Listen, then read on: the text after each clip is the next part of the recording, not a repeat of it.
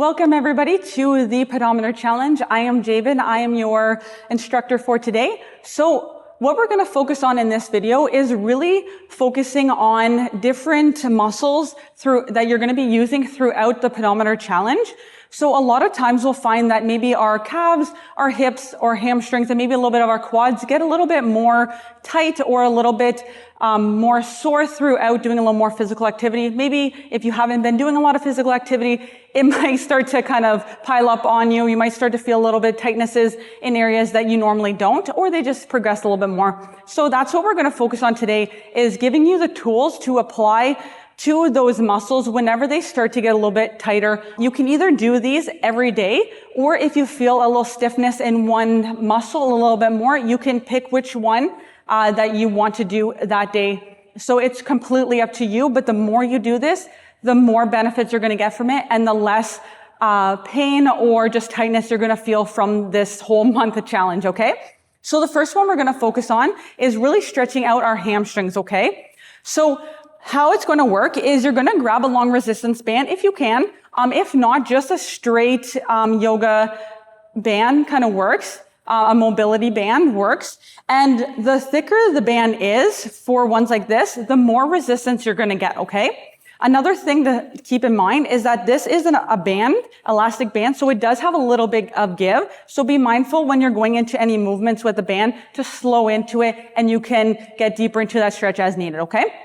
So how it's going to work is you're going to lay on your back, and you're going to put the band just in the arch of your foot, okay? Just in the middle. And then you're going to keep your hips nice and flat onto the ground, and you want your leg to be completely straight, okay? The farther you are on the band, so the closer you are to you, you're going to have less resistance, and you're going to feel a little less of a stretch in the hamstring. If you want a deeper stretch, you can start gripping up a little bit higher, just like that, and make sure that heel is completely towards that ceiling so your foot is flat, okay? There, you're going to feel a nice stretch all through that hamstring. You might also feel a little bit in that calf right there. If you don't have very good hamstring mobility, that is completely fine. You can also put this other leg, put that foot on the ground, and that will assist you in getting that stretch. So you're going to hold it just like that. Nice deep breath in. The key to mobility is really trying to relax that muscle and making sure that there's no additional pain, okay? You really want it to be where there's a little discomfort, but it should never cause any vigorous pain. If it is, just lessen that intensity and keep it going. But just make sure that it's just a nice, comfortable relaxation in that muscle. That's how you're going to get the best stretch. After 30 seconds, you can switch to the other side, okay? The next muscle that we're going to focus on mobilizing is going to be our calf muscle. This is also going to allow us to increase the mobility in our ankles.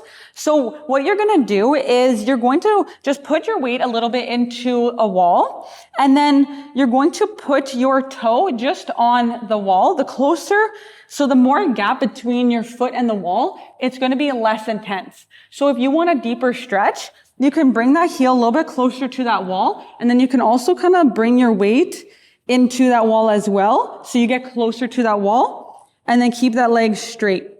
So you're really going to feel that through your calf. You might feel a little bit in the hamstring.